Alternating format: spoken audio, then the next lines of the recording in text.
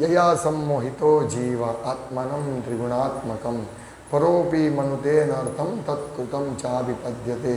अनुवाद: जीवात्मा तीनों गुणों से अतीत होते हुए भी इस बहिरंगा शक्ति के कारण अपने आप को भौतिक पदार्थ की उपज मानता है और इस प्रकार भौतिक कष्टों के फलों को भोगता है।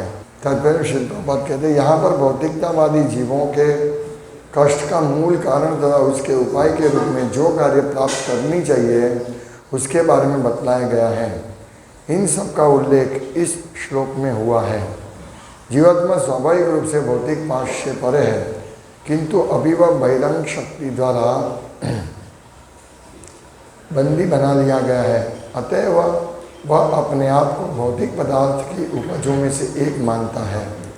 अतएव इस अपवित्र संपर्क से विशुद्ध जीव, आध्यात्मिक जीव भौतिक प्रकृति के गुणों के अधीन कष्ट सहता है। जीवात्मा ब्रह्मवश अपने को भौतिक पदार्थ मान बैठता है। इसका अर्थ यह हुआ कि भौतिक स्थिति के बस में होने के कारण उसके सोचने, अनुभव करने तथा चाहने की वर्तमान विकृत विधि उसके लिए स्वाभाविक नहीं है। तो भी सोचने, अनुभव करने तथा चाहने का उसका अपना सामान्य तरीका होता है। जीव अपनी मूल अवस्था में सोचने, अनुभव करने तथा चाहने की स्थिति में चाहने की शक्ति से रहित नहीं होता। भगवद गीता में भी पुष्टि हुई है कि बद्ध जीव का वास्तविक ज्ञान अज्ञान से ढका रहता है। इस प्रकार यहाँ इस सिद्धांत का खंडन हो जाता है कि जीवात्मा परम निराकार ब्रह्म है। ऐसा हो नहीं सकता, क्योंकि जीवात्मा की अपनी मूल अबद्ध अवस्था में भी अपनी चिंतन शैली होती है।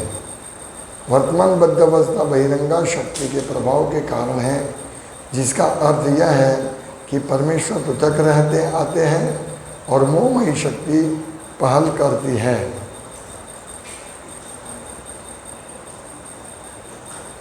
भगवान कभी नहीं चाहते हैं कि जीवात्मा बहिरंगा शक्ति द्वारा भरमाया जाए। बहिरंगा शक्ति भी इस तथ्य से भली भांति परिचित है, किंतु वह अपनी मोहनी शक्ति से विस्मृत जीव को भरमाए रखने का अकृतज्ञ कार्य करती है। भगवान ब्राह्मिक शक्ति के कार्य में कोई बाधा नहीं डालते, क्योंकि उसके ये कार्य बद्ध जीव को सुधारने के लिए आवश्यक होते हैं। कोई स्नेहिल पिता नहीं चाहता कि अन्य कोई व्यक्ति उनकी संतान को प्रताड़ित करे, तो भी वह अपने उद्दंड पुत्र को सुधारने के लिए कठोर व्यक्ति के संरक्षण में सौंप देता है। लेकिन साथ ही सर्वस्नेहिल सर्वशक्तिमान पिता बद्ध जीवों को ब्राह्मिका शक्ति के चंगुल से छुटकारा दिलाने के लिए उत्सुक रहते हैं। राजा अवज्ञाकारी नागरिकों को बंदी गृह को चार दीवार के भीतर डाल देता है, लेकिन कभी कभी बंदी को राहत देने की इच्छा से वह स्वयं बंदी गृह में जाता है और उनसे सुधरने के लिए कहता है और उसके ऐसा करने पर वह बंदी को मुक्त कर देता है। इसी प्रकार परमेश्वर अपने राज्य से ब्राह्मिका शक्ति के राज्य में अवतरित होकर भगवद गीता के रूप में राहत देते हैं, जहाँ पर भी व्यक्तिगत रूप से सुझाव देते हैं कि यद्यपि ब्राह्मिका शक्ति पर विजय पाना दुष्कर है, तो भी यदि कोई भगवान के चरण कमलों की शरण में आता है तो भगवान के आदेश से वह मुक्त हो जाता है। शरणागति की यही विधि माया के भ्रामक प्रभाव से छुटकारा पाने का उपाय है। अतः भगवान का सुझाव है कि संत पुरुषों की वाणी के प्रभाव से जिन्होंने वास्तव में परम की अनुभूति कर ली है, वे लोग भगवान की दिव्य प्रेमा भक्ति में संलग्न हो।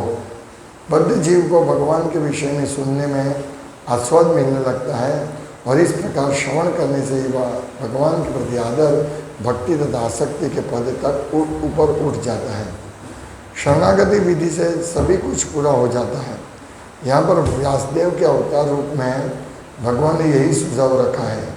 इसका अर्थ यह हुआ कि भगवान द्वारा बद्ध जीवों का दोनों प्रकार से उद्धार किया जाता है। एक तो भगवान की बहिरंगा शक्ति के द्वारा दंडित होकर तथा दूसरी ओर भगवान द्वारा अंतस्थ और बाह्य गुरु बनकर। भगवान प्रत्येक जीव के अंतःकरण में परमात्मा रूप में गुरु बनते हैं और बाहर से वे शास्त्रों संतों और दीक्षा गुरु के रूप में गुरु बनते हैं। अगले श्लोक में इसकी अधिक स्पष्ट व्याख्या की गई है। अभी और ज़्यादा 2 पैराग्राफ है, पूरा पढ़ना है, लेकिन वो हम कल रहेंगे यही श्लोक को, बाकी का भाग।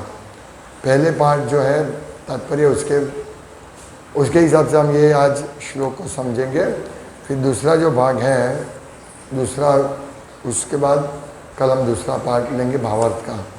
यही श्लोक कल हम वापस लेंगे।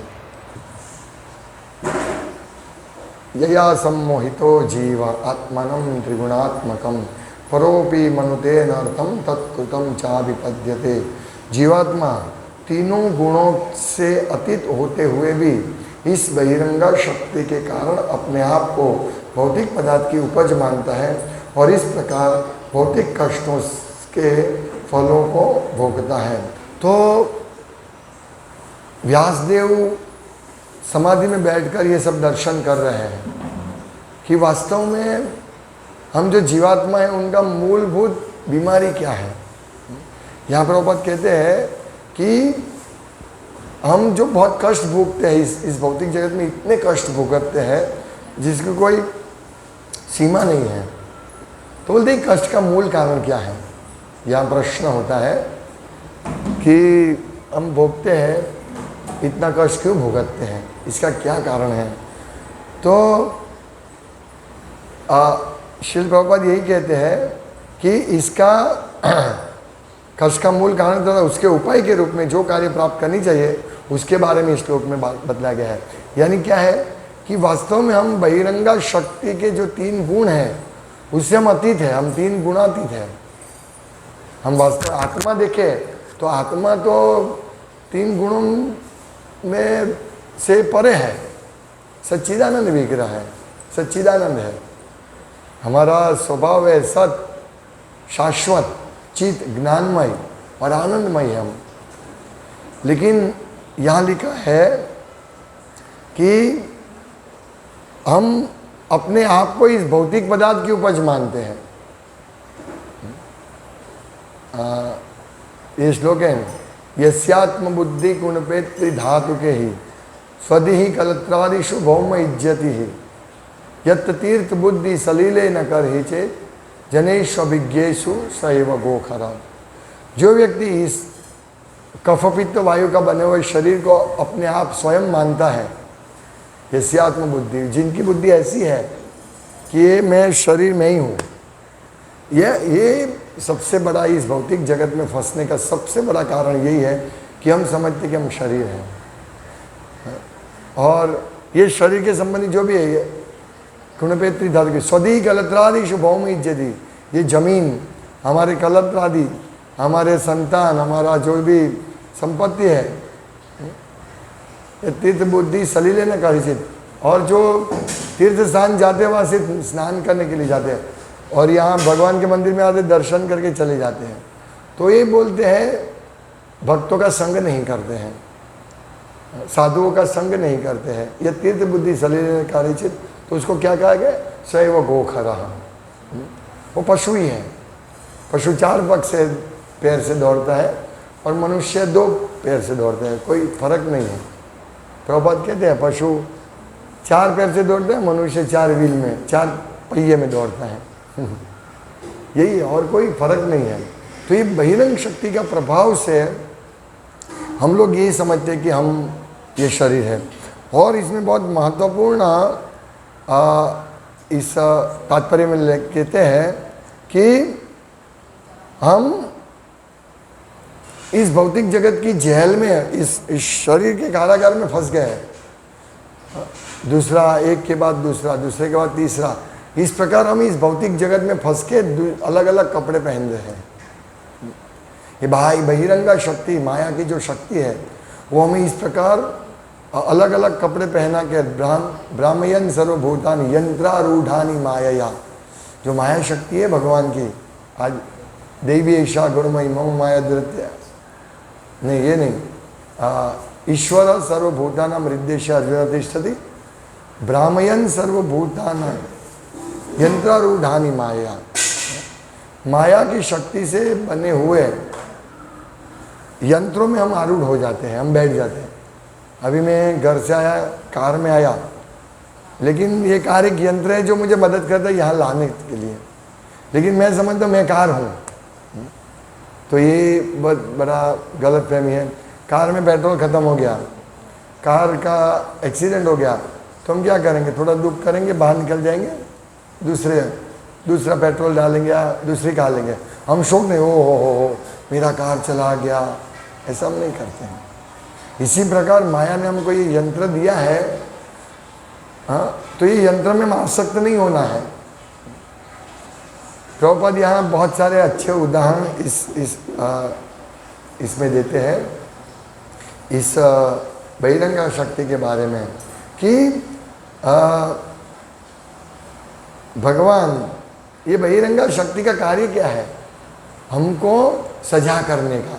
इस भौतिक जगत में जब चेलर, दुर्गा यानी दुर्ग का अधिष्ठाता, दुर्ग यानी किला या जेल, तो जेल का अधिष्ठात्री कौन है? दुर्गा देवी, वो भगवान की बहिरंगा शक्ति है। और बहिरंगा शक्ति का यही कार्य है कि लोगों को सजा करे। जैसे राजा का कार्य क्या है कि जो भी उनके राज्य में नागरिक कायदे का भंग करता है उसको जेल में डाल देते हैं, 4 दीवार के बीच में। क्यों? सजा करने के लिए, उसको सुधारने के लिए।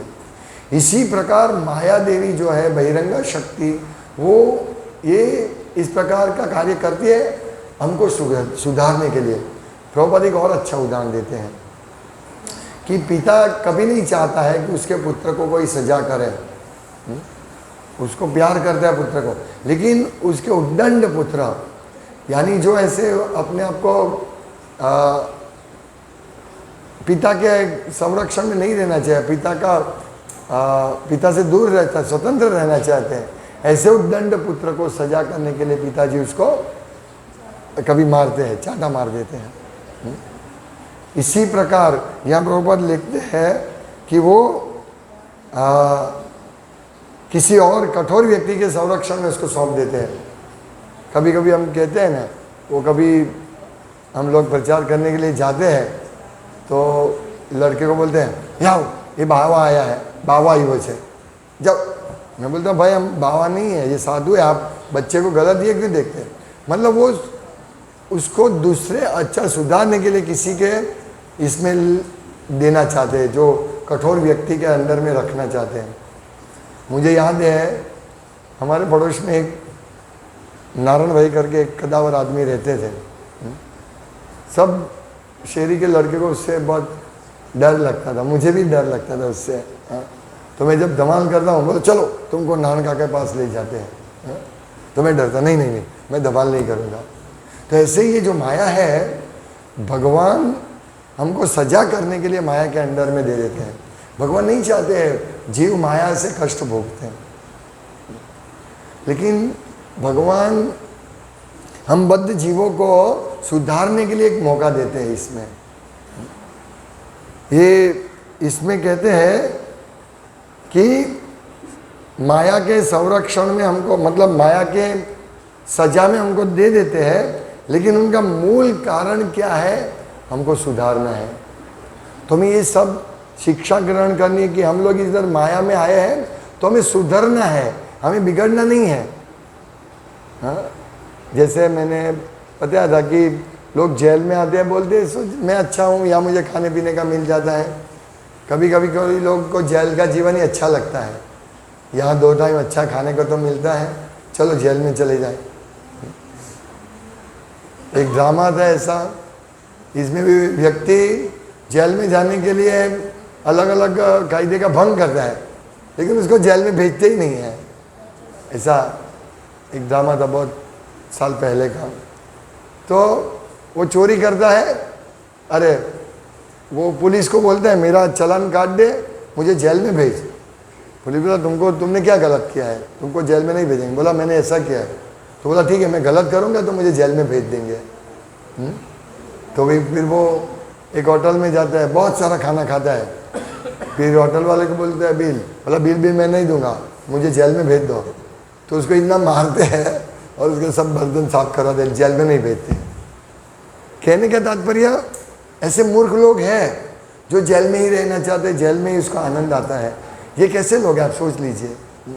ये तीन गुणों से बदे हम लोग सोचेंगे ना कि ये आदमी कैसा है, वो जेल में जाने के लिए जाता है, तो हम भी ऐसे ही जेल में ही रहना चाहते हैं। हम भी जेल में, कभी कभी हम प्रचार करते तो बोलते हैं भाई दूसरा जन्म अच्छा नहीं, कुत्ते का मिल सकता है, ठीक है हम कुत्ता बन जाएंगे। अभी प्रभुपाद का थोड़े दिन पहले कोटेशन आया था ना कि हम उसको समझाएंगे, देखिए दूसरा जन्म हमारा कुत्ते का होगा, ठीक है कोई प्रॉब्लम नहीं है। ऐसे लोग हैं, यानी वो जेल में उसको बोलते भाई तुम चोरी करते हो, तुमको जेल में सजा मिलेगी, ठीक है हमें कोई प्रॉब्लम नहीं है। ऐसे लोग हैं, मूर्ख लोग हैं। इसीलिए हम लोगों को माया के चुंगल से छूटना है, और भगवान भी यही चाहते हैं। हालांकि बहिरंगा शक्ति भगवान की ही शक्ति है, लेकिन भगवान नहीं चाहते हैं कि मेरे पुत्र, मेरा अंश इस बहिरंगा शक्ति से कष्ट भोगते हैं। ये भगवान की इच्छा है कि मेरे जीव मेरे पास वापस आए, सुखमय जीवन क्यों नहीं भोगते। कोई भी व्यक्ति है अपने आश्रित को, चाहे वो अपना बेटा हो, चाहे बिगड़ा हुआ बेटा हो, लेकिन वो चाहते हैं कि मेरे साथ रहकर सुख भोगते हैं। सामान्यतः ये ऐसा लोग चाहते हैं मेरे परिवार वाले सुख भोगते हैं, लेकिन परिवार वाले चाहते हैं हम जेल में ही रहे, घर में अच्छा उनको खाने की कदर नहीं है। तो तुम तमोगुणी लोग हैं, वो नहीं चाहते कि घर में अपने को ऐसा शुद्ध कृष्ण प्रसाद मिले। नहीं हमको जेल में अच्छा रहेगा, लहसुन प्याज वाला खाना मिलेगा हमको, अच्छा है। तो इसको बोलते हैं माया मोह, मायाग्रस्त जीव। तो हमें ये सब समझना है, हमें माया सजा करने के लिए भगवान ने माया को हमारे पास भेजा है। हमें माया के संरक्षण में, हमें माया के शासन में इसीलिए दिया है कि हम सुधरे, नहीं कि और ज़्यादा बिगड़े।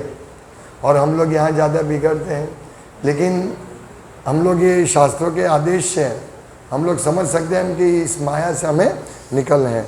और तीसरा महत्वपूर्ण पॉइंट है कि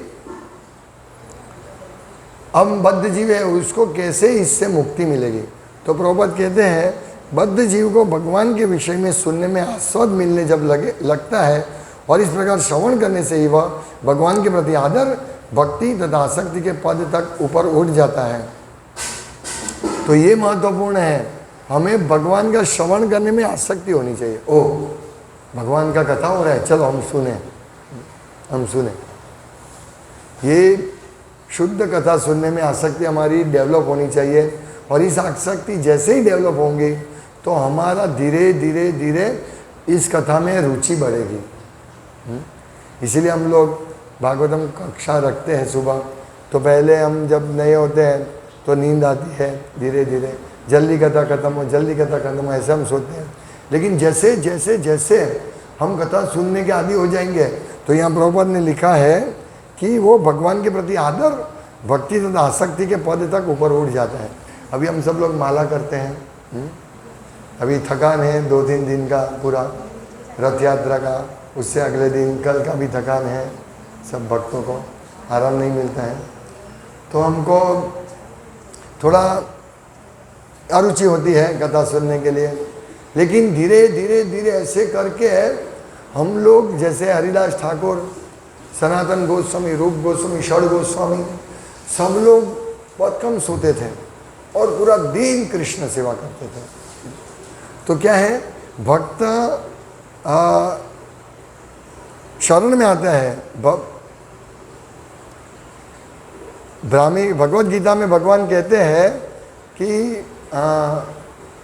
देवी ऐसा गुणमयी, जो आज का श्लोक था हमारा मोड़े करवानो, देवी ऐसा गुणमयी मम माया दुर्त्या मामे वही जो मामे वही प्रपद्यंते माया में ताम तरंती थे। हाँ, ये भौतिक शक्ति भगवान की दिव्य शक्ति है। 3 गुणों की बनी हुई इस भौतिक शक्ति को तारना, पार होना दुष्कर है, लेकिन कौन, मामे वही प्रपद्यंते माया में। तो शरणागति, हमारी भगवान के प्रति शरणागति होनी चाहिए, ये महत्वपूर्ण पॉइंट है। इसीलिए शरणागति की प्रोसेस है। आनुकूल्यस्य संकल्प प्रतिकूलस्य वर्जनम रक्षिष्यति इति विश्वासो गोप्तृत्वे वर्णम तथा आत्मनिरपेक्ष कार्पण्ये षड्विधि शरणागति, ये 6 लक्षण है शरणागति के। क्या क्या?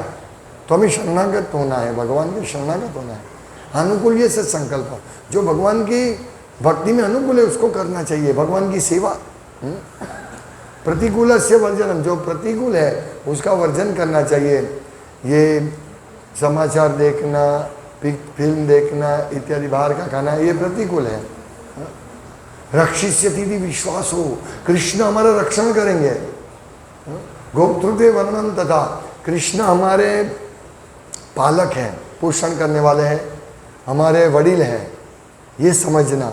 ये चौथा पॉइंट, आत्मनिरपेक्ष शरणागति भगवान को, आत्मसमर्पण और कर्म, दैन्यता से, दीनता। तो ये 6 लक्षण हैं हमारे जीवन में। अगर हम 6 लक्षण के प्रति धीरे धीरे आने लगेंगे तब जाके हमको कथा में, श्रवण में रुचि होगी। तो ये श्रवण में रुचि बहुत महत्वपूर्ण है। हाँ, कभी कभी कोई भक्त होते हैं, मैं देखता हूँ कि वो श्रवण करते ही रहते, अच्छा जब मतलब प्रयास करते हैं, लेकिन रात को सोते हैं, तो इसीलिए सुबह जप करने में उनको नींद आती है। तो ये धीरे धीरे अरुचि के कारण ऐसा होता है। अरुचि होती है इसलिए नींद आती है। हमें भगवान कितने महत्वपूर्ण हैं वो हमें, हालांकि ऐसे जो फेस्टिवल आते हैं वो एक अलग बात है, एक्सेप्शनल केस है, लेकिन डेली अगर हमको जप करने में नींद आती है तो हमें सावधान रहना चाहिए कि, मतलब कहने का मतलब हमें रुचि डेवलप, टेस्ट डेवलप होना चाहिए। बहुत सारे भक्त हैं इतने 10, 15, 20 साल से हैं, लेकिन वो गंभीरता से जप में रुचि नहीं लाते हैं। ऐसा नहीं है। आत्मनिरपेक्ष और आत्मनिक्षेप शरणागति के लक्षण है। हमें आत्मसमर्पण करना है। यही प्रभुपाद इस तात्पर्य में कहते हैं कि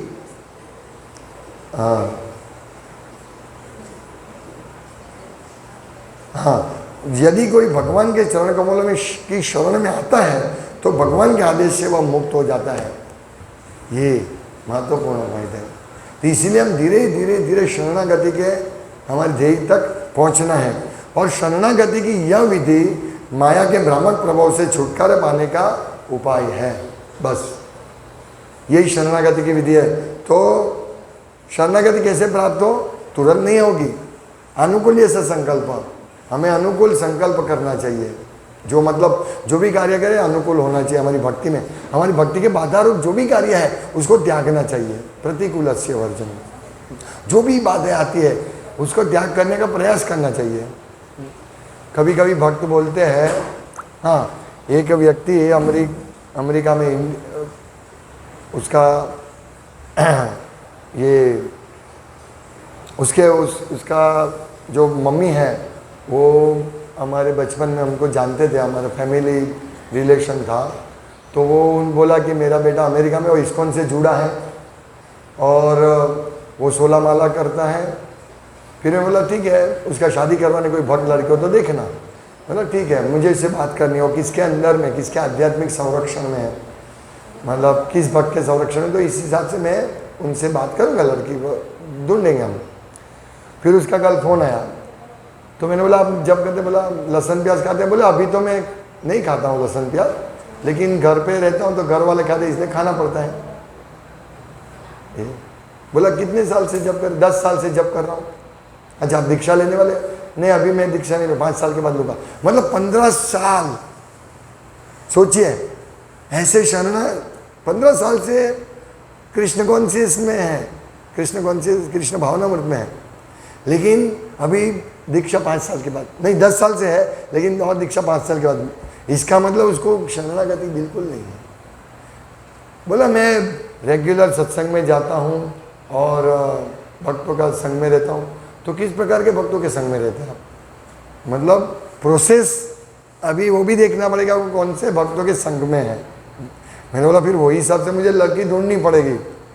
हाँ, कोई लड़की आए बोला मुझे दीक्षित भक्त चाहिए या दीक्षा लेने वाला होना चाहिए, अब तो 5 साल के बाद, और आप बोलते घर वाले बन खाते हैं इसलिए मैं खाता। तो इसको बोलते प्रतिकूल से वर्जनम। जो घर वाले लहसुन प्याज खाते हैं ठीक है, मैं नहीं खाऊंगा, मेरे लिए अलग बनाओ तो ही मैं खाऊंगा। ऐसा होता है। हमारे यहाँ भक्त आते हैं वत्सल, तो उसने घर में नहीं खाते, बोलते कभी कभी कोई फैमिली इसमें जाना होता है, लेकिन मैं नहीं खाता हूँ। मैंने बोला सही बात है, नहीं खाना चाहिए, ये है प्रतिकूलस्य वर्जनम, यही तो शरणागति है। तो 10 साल से जब जब करते हैं, क्यों करते हैं वो समझना चाहिए। अगर संग करते हैं तो श्रवण, यहाँ प्रभुपाद कहते हैं कि बद्ध जीव को भगवान के विषय में सुनने में आस्वादन मिलना चाहिए, और इस प्रकार श्रवण करने से ही भगवान के प्रति आदर, भक्ति तथा आसक्ति के पथ पर उठ जाता है। तो हमें इस प्रकार उठना है, हमें हर रोज चेक करना है कि मुझे कृष्ण के प्रति आसक्ति हो रही है कि नहीं, मुझे कृष्ण के प्रति आदर हो रहा है कि नहीं। हाँ, आदर, भक्ति तथा आसक्ति तक, उस पद तक हमके उठना है, ये महत्वपूर्ण पॉइंट है। अगर हम उस पद तक उठेंगे नहीं तो बहुत जन्मे करी यदि श्रवण कीर्तन तबुतन पाए कृष्ण पदे प्रेम धन, हमें कृष्ण पद पे प्रेम धन नहीं मिलेगा। और ये जो तात्पर्य है कि हम आसक्त रहते हैं, इसका मतलब ही क्या है कि हम लोग अपने आप को ये भौतिक प्रकृति की पैदाश मानते हैं, हम अपने आप को ये शरीर मानते हैं, हम तीनों गुणों से अतीत है, आत्मा अतीत है। हम ये सोचते नहीं हैं कि कभी भी इस शरीर से हम निकल जाएंगे, कभी भी। अभी देखो गौ दामोदर प्रभु को का परसों हृदय का प्रॉब्लम हो गया, उन्होंने ये डाला, स्ट्रेन डलवाया, पूरा 90% ब्लॉक। कभी भी हमारे साथ क्या हो सकता है हमें मालूम नहीं है, मेरा मेरा मेरा। इसलिए भक्त सावधान रहते हैं। हालांकि प्रभु जी का कल मेरे पर फोन आया था, स्वस्थ थे। कृष्ण भक्त यही ऐसे स्वस्थ रहते हैं, चाहे मेरा हार्ट प्रॉब्लम हो जाए, कोई प्रॉब्लम नहीं। इसीलिए हमको वो लेवल तक कम से कम आना है कि हम प्रैक्टिकल, हम सब बार बार बोलते हैं हम शरीर नहीं, हम आत्मा है, लेकिन प्रैक्टिकल यही है। एकदम स्वस्थ होकर प्रभु जी मेरे से बात कर रहे, कल उनका फ़ोन आया था। मतलब प्रभु ठीक है ना, ठीक। ये भक्तों की, ये इसको शरणागति बोलते हैं। ऐसे हम शरणागति को हमें प्राप्त होना है। हमें ये ऐसा नहीं 100% शरणागति हो जाएंगे हम तुरंत, नहीं, समय लगेगा, लेकिन कम से कम शुरुआत करें। थोड़ा थोड़ा भगवान के लिए हम लोग थोड़ा थोड़ा नियम त्यागे। जैसे भक्त नए नए आते हैं, 16 माला करो, कोई बात नहीं, जो ना मांस खाते हो कोई बात नहीं, आप माला करो, पहले भगवत गीता पढ़ो, उनको नहीं बोलते। लेकिन भक्तों को धीरे धीरे बोलते, भाई थोड़ा ये करो, बाहर का मत खाओ, लहसुन प्याज मत खाओ, ये करो वो करो। तो इसको हम सब भक्तों को शरणागति के लेवल पर लेके आना चाहते हैं। आप सब लोग शरणागत हैं क्योंकि आप हर रोज़ भगवान की सेवा के लिए लालायित रहते हैं। आप आते हैं, भगवान की सेवा करते हैं, चाहे हमारा मतलब हम शरणागति की प्रोसेस में है, जो सुनते हैं, श्रवण कीर्तन करना, तो इसे धीरे धीरे हमारी आसक्ति, भक्ति और भगवान के प्रति आदर बढ़ेगा। हरे कृष्ण। तो बाकी का जो आधा पार्ट है तात्पर्य का दूसरा पैराग्राफ, दूसरा और तीसरा पैराग्राफ हम कल देखेंगे। हरे कृष्ण। श्रीमद् भागवतम की जय, श्रील प्रभुपाद की जय।